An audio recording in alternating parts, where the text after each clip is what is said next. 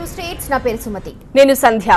సంధ్య, AP Telangana మధ్య గొడవలు ఇప్పట్లో ముగిసేటట్టు కనిపించట్లేదుగా? అవును, ఇప్పుడు మళ్ళీ పవర్ ఆ గొడవకు కారణమైంది. మామూలుగా మన ఇంటికి కరెంటు బిల్లు వస్తే కట్టకపోతే లైన్మెన్ మెయిన్ ఆపేస్తాడు, బకాయి మరీ ఎక్కువగా ఉంటే నోటీసులు పంపిస్తాడు. అయితే ఇప్పుడు సేమ్ సీన్ తెలంగాణ ఏపీ రాష్ట్రాల మధ్య కనిపిస్తోంది. తెలంగాణ నుంచి రావాల్సిన పెండింగ్ బిల్లుల కోసం పవర్ సప్లై ఆపేసింది ఏపీ. మనకు నోటీస్ పంపినట్టు గవర్నమెంట్ టు గవర్నమెంట్ లెటర్ వెళ్ళింది. వచ్చే రిప్లైని బట్టి ఏపీ నెక్స్ట్ యాక్షన్ పై ఫోకస్ పెట్టబోతోంది. ఏపీ తెలంగాణల మధ్య పవర్ వార్. పెండింగ్ బిల్లు కడితేనే కరెంటు సరఫరా. ఏపీ ప్రభుత్వం నుంచి తెలంగాణకు లేఖ. ఏపీ తెలంగాణ మధ్య పవర్ వార్ మొదలు కాబోతోందా? తెలంగాణ నుంచి వచ్చే బకాయిలు అందేదాకా విద్యుత్ ఇచ్చే పరిస్థితి లేదని ఏపీ చెబుతోంది. అసలే విభజన కారణంగా అంతంత మాత్రంగా ఉన్న ఆర్థిక వ్యవస్థకు పాత బకాయిలు తోడవడంతో తడిసి మోపడవుతోందని అంటోంది ఏపీ. ప్రభుత్వానికి పెండింగ్ బిల్స్ కోసం లెటర్ రాశామని, వచ్చే సమాధానాన్ని బట్టి తీసుకోవాల్సిన పూర్తి చర్యలపై ఫోకస్ పెడతామని అంటోంది. విభజన తర్వాత ఏపీలో ఉత్పత్తి అయ్యే థర్మల్ విద్యుత్తులో 58.89% తెలంగాణకు సరఫరా అవుతోంది. ఈ క్రమంలోనే తెలంగాణ ఏపీకి చెల్లించాల్సిన 4,449 కోట్లు బకాయిగా మిగిలిపోయింది. ఈ బకాయిల విషయంలో రెండు రాష్ట్రాల మధ్య చిన్నపాటి వివాదం కూడా ఉంది. తాము ఏపీకి 3,149 కోట్ల రూపాయలు బకాయిలు ఉన్నట్లుగా లిఖిత పూర్వకంగా చెబుతోంది తెలంగాణ. కానీ పెరిగిన ధరల కారణంగా ఏపీ 1,300 కోట్లు అదనంగా డిమాండ్ చేస్తోందని వాదిస్తోంది. ఈ వాదనను ఏపీ ఖండిస్తోంది. తాము 4,800 కోట్లతో నిర్మిస్తున్న పోలవరం జల విద్యుత్ కేంద్రం పూర్తి కావాలన్నా, సింగరేణి బొగ్గుకు తాము బిల్లు చెల్లించాలన్నా పెండింగ్ బకాయిల వసూలే మార్గంగా చెబుతోంది. ఎలాంటి అదనపు బరువు తెలంగాణపై వేయటం లేదంటోంది. ఇప్పటికే అనేక సార్లు తెలంగాణతో లెక్కల గురించి మాట్లాడిన తర్వాత బకాయిలు అడుగుతున్నామన్నారు మంత్రి యనమల. రాసిన లెటర్ కొచ్చే రిప్లైను బట్టి తదుపరి చర్యలు తీసుకుంటామన్నారు. డబ్బులు ఏమైనా ఉంటే రెండు గవర్నమెంట్ మధ్య లావాదేవీలు ఉంటే అవన్నీ కూడా సామరస్యంగా సెటిల్ చేసుకోవాల్సినటువంటి అవసరం ఉంది. ఎంచేత పవర్ సెక్టార్ వరకు వాళ్ళు పే చేయవలసినటువంటి అవసరం ఉంది.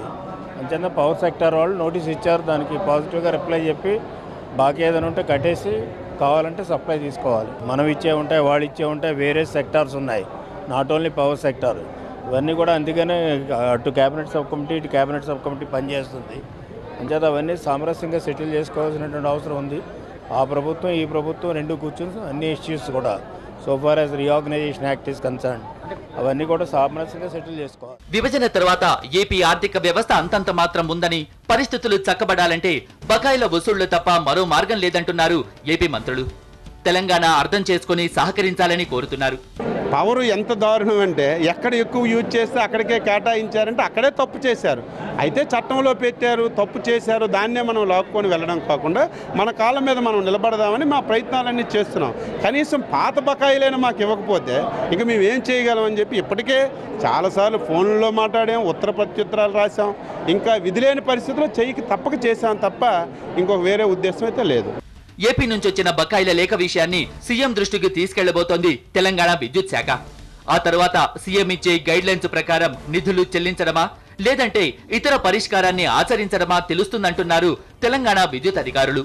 బీజేపీ నుంచి అమిత్ షా, కాంగ్రెస్ నుంచి రాహుల్ గాంధీ వచ్చి వెళ్ళాక ఏపీలో విమర్శలు ప్రతివిమర్శలు బాగా పెరిగినట్టున్నాయి. అవును, సమ్మర్ ఇప్పుడిప్పుడే తగ్గుముఖం పడుతోంది. కానీ ఏపీలో ప్రత్యేక హోదా హీట్ మళ్లీ మొదలైంది. హోదా ఇచ్చేంత స్థాయిలో కాంగ్రెస్ ఉంటే విభజించే సమయంలో ఏం చేసిందని అధికార పక్షాలు విమర్శిస్తుంటే, బీజేపీ టీడీపీల కుమ్మక్కు వ్యవహారంతో ఏపీకి అన్యాయం జరుగుతోందని కాంగ్రెస్ దెప్పి పొడుస్తోంది.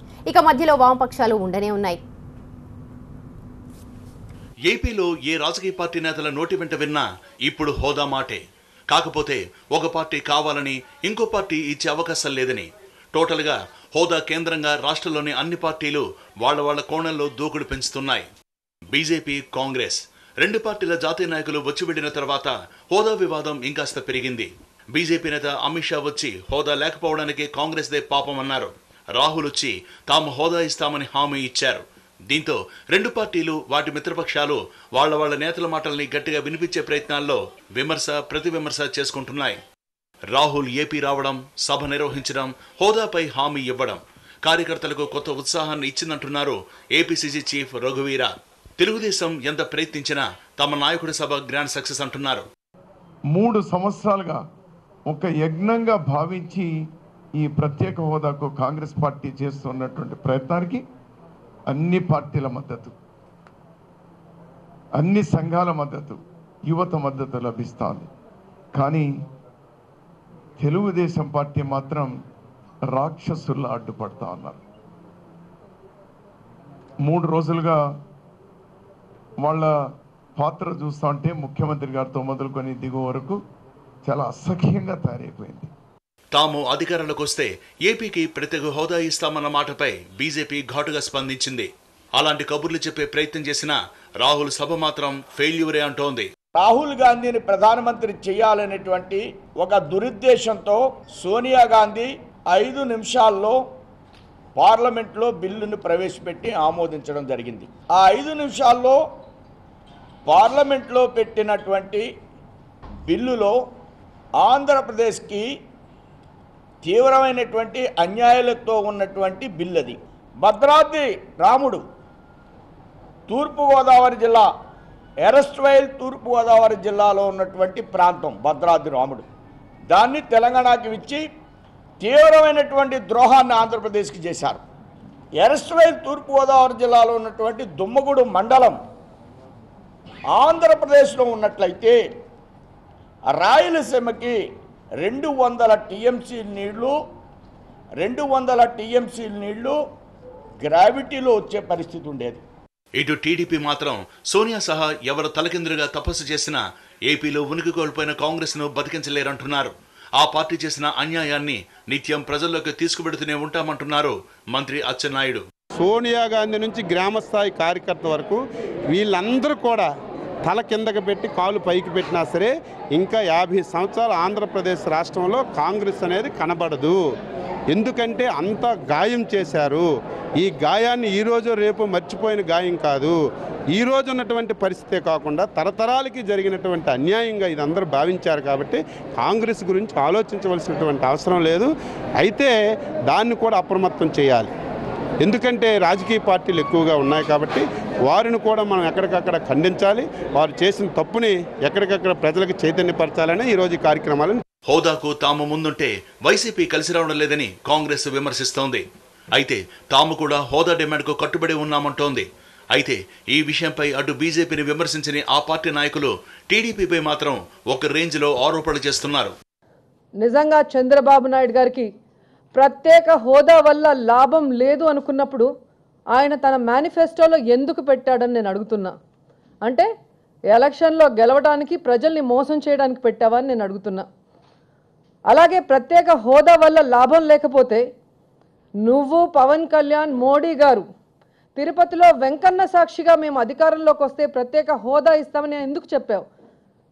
అంటే భగవంతుడి మీద ఒట్టుబెట్టి భగవంతుడికే పంగనామాలు పెట్టాలన్న ప్రయత్నం చేశావని నేను అడుగుతున్నాను. ఈ హోదా హోరులో ప్రధాన పార్టీలే కాదు వామపక్షాలు కూడా జత కలిశాయి. భవిష్యత్తు రాజకీయమంతా స్టేటస్ చుట్టూనే తిరుగుతాయంటున్నారు సిపిఐ రాష్ట్ర కార్యదర్శి రామకృష్ణ.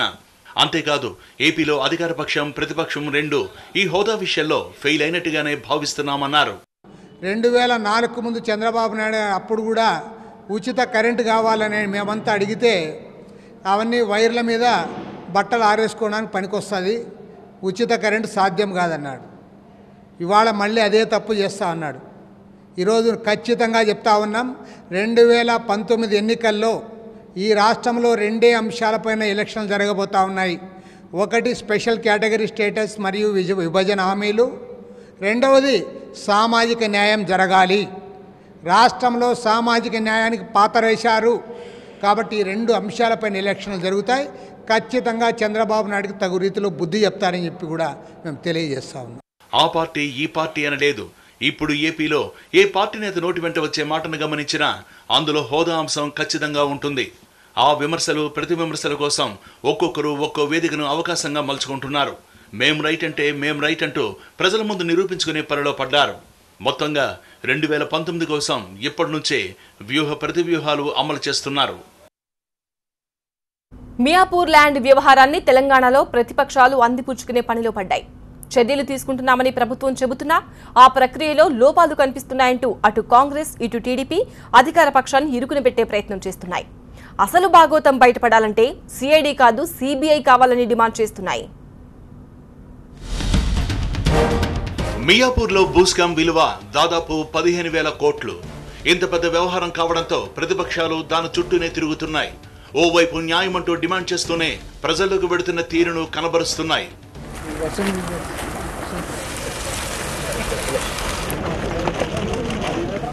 మియాపూర్ ల్యాండ్ స్కామ్ కు సంబంధించి గోల్డ్ స్టోన్ కంపెనీ ప్రతినిధులతో పాటు మరికొందరిని ప్రభుత్వం అరెస్ట్ చేసింది.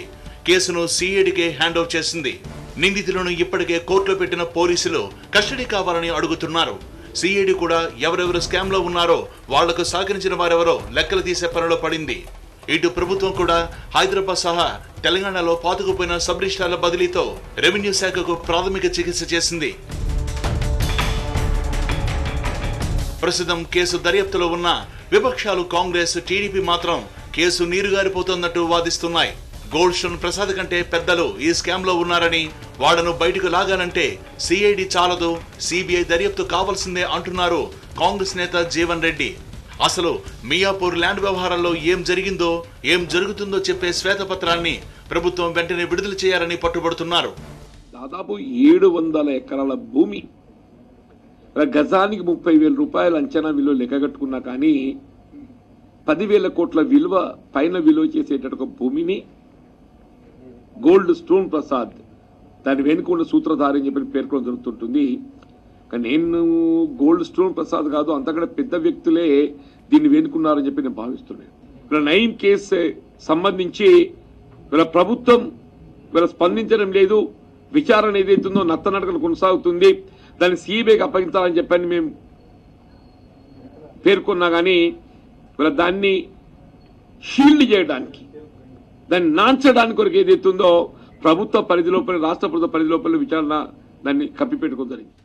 ఇటు టీడీపీ కూడా మియాపూర్ ల్యాండ్ వ్యవహారంపై గళం విప్పుతోంది. టీడీపీ వర్కింగ్ రేవంత్ రెడ్డి సహా పార్టీ ఇతర నాయకులంతా ఇప్పటికే ఆ భూముల్లో క్షేత్రస్థాయి పర్యటనకు వెళ్లారు. 15,000 కోట్ల కుంభకోణాన్ని ప్రభుత్వం పన్ను ఎగ్గొట్టిన సాదాసీదా కేసుగా చూడడం సరికాదని వాదిస్తున్నారు. సబ్ రిజిస్ట్రార్లు స్టాంప్స్ డ్యూటీ ఎగ్గొట్టినరు అని చెప్పి ఈ కుంభకోణాన్ని చిన్నది చేసి చూపించే ప్రయత్నం చేస్తుంది రాష్ట్ర ప్రభుత్వం. వాస్తవంగా ఇది పన్ను ఎగవేత కాదు, ప్రభుత్వ భూములు కొల్లగొట్టడము. ప్రభుత్వానికి సంబంధించిన 15,000 కోట్ల రూపాయల కుంభకోణాన్ని ఈరోజు ప్రైవేటు వ్యక్తులకు దారదత్తం చేసిండ్రు. కానీ ప్రభుత్వం పన్ను ఎగవేత కేసు కింద బదలాయించి ఈరోజు భూ కుంభకోణానికి పాల్పడ్డ వాళ్ళను కాపాడడానికి ముఖ్యమంత్రి గారు స్వయంగా ప్రయత్నం చేస్తున్నారు. విపక్షాల వాదనల్ని నిశితంగా గమనిస్తున్న ప్రభుత్వం వ్యవహారాన్ని వారి విజ్ఞతకే వదిలేసినట్టుగా కనిపిస్తోంది. ఇప్పటికే సిఐడికి అప్పగించేసిన కేసు వ్యవహారం అధికారులే చూసుకుంటారని, చట్టం తన పని తాను చేసుకుపోతుందన్న సంకేతాలు ఇస్తున్నారు. ఇటు విశాఖ భూముల స్కామ్ లో తన హస్తముందన్న వైసీపీ నేతల మాటలపై ఆగ్రహం వ్యక్తం చేశారు ఎమ్మెల్యే బండారు సత్యనారాయణమూర్తి. తనపై ఆరోపణలు చేసిన ఎంపీ విజయసాయిరెడ్డి తన గతమేంటో తెలుసుకోవాలన్నారు. తనకు ఆ భూముల స్కామ్ కు లింక్ ఉందని నిరూపిస్తే నడి రోడ్డు మీద ఉరివేసుకుంటానంటూ ఘాటుగా వ్యాఖ్యానించారు. సుమారు 14 మాసాలు జైల్లో ఉండి బెయిల్లో వచ్చిన ఒక చార్టర్డ్ అకౌంట్గా రాజకీయం స్టార్ట్ చేసి, ఏదైతే రాజశేఖర రెడ్డి ముఖ్యమంత్రిగా ఉన్నప్పుడు ఒక చిత్రగుప్తుడి మాదిరిగా దొంగ కంపెనీలు పెట్టి, సూట్ కేసు కంపెనీలు పెట్టి మొత్తం వ్యవస్థని, ఆంధ్రప్రదేశ్ వ్యవస్థనే నాశనం చేసినటువంటి YCP Rajya Sabha member Vijayasai Reddy party పరంగా ఆయన నెల్లూరు వాస్తవ్యుడు. నెల్లూరులో దిక్కు ముక్కు లేక, ఈయన పలకరించేవాడు లేక, ఎందుకంటే ఒక నేరస్తుడు, ఒక ముద్దాయి, జైలు నుంచి వచ్చినటువంటి ఒక దొంగని ఆ జిల్లా వాళ్ళు ఆదరించకపోతే దొడ్డుతో ఉన్న రాజ్యసభ సంపాదించి విశాఖపట్నం ఇన్ఛార్జిగా వచ్చిన ఒక ఆర్థిక నేరస్తుడు, ఒక దొంగ, వ్యవస్థను నాశనం చేసిన ఒక దుర్మార్గుడు కర్మ కొద్దీ రాజ్యసభ మెంబరై ఒక అవినీతి పరుడు సిఫారసుతో విశాఖ వచ్చి దిక్కు లేక విశాఖపట్నం మరి దోచుకోవాలని వచ్చిన వ్యక్తి విజయసాయిరెడ్డి. జగన్మోహన్ రెడ్డి దృష్టి అంతా కూడా దోచుకోవడం కోసం, దాచుకోవడం కోసం. ఆయన రాజకీయాల్లోకి వచ్చిన తర్వాత చిన్న వయసులోనే అనేక నేరాలు చేసిన ఏకైక వ్యక్తి ప్రపంచంలో జగన్మోహన్ రెడ్డి. చిన్న పదవి తండ్రిని అడ్డం పెట్టుకొని కొన్ని వేల కోట్లు సంపాదించి జైలుకి వెళ్ళిన ఏకైక రాజకీయ నాయకుడు ఆంధ్రప్రదేశ్లో జగన్మోహన్ రెడ్డి.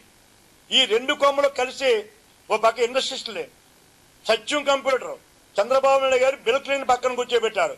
అలాంటి సత్యం కంప్యూటర్ని రామలింగరాజు జైలు పంపిన ఘనత ఈ మహానుభావులది. వ్యవస్థను నాశనం చేసిన విజయసాయి రెడ్డి విశాఖపట్నం వచ్చి నా రాజకీయ చరిత్ర తెలుసుకోకుండా నేను ఎంతకాలం ఎలా చేశాను తెలియకుండా నన్ను అంటారు ఒక భూ కబ్జాదారుడు బండారు సత్యనారాయణమూర్తి అని చెప్పి వెళ్ళే అర్హత ఈ నేరస్తుడికి, ఈ దొంగకి, ఒక దుర్మార్గపు కర్మ కొద్దీ ఆ రాజ్యసభ కర్మ కొద్దీ ఎంపీ అయిన విజయసాయి రెడ్డి ఈ బతుకేమిటి, ఈ జాతకం ఏమిటి, జైల్లో చెప్పకూడదున్నాం. ఈ బండారు ఎప్పుడు కూడా పొరపాటు కూడా ఒకరోజు ఆరోపణలు చేయలేదు. That's all in 2 states. తర్వాత చూస్తూనే ఉండండి TV9.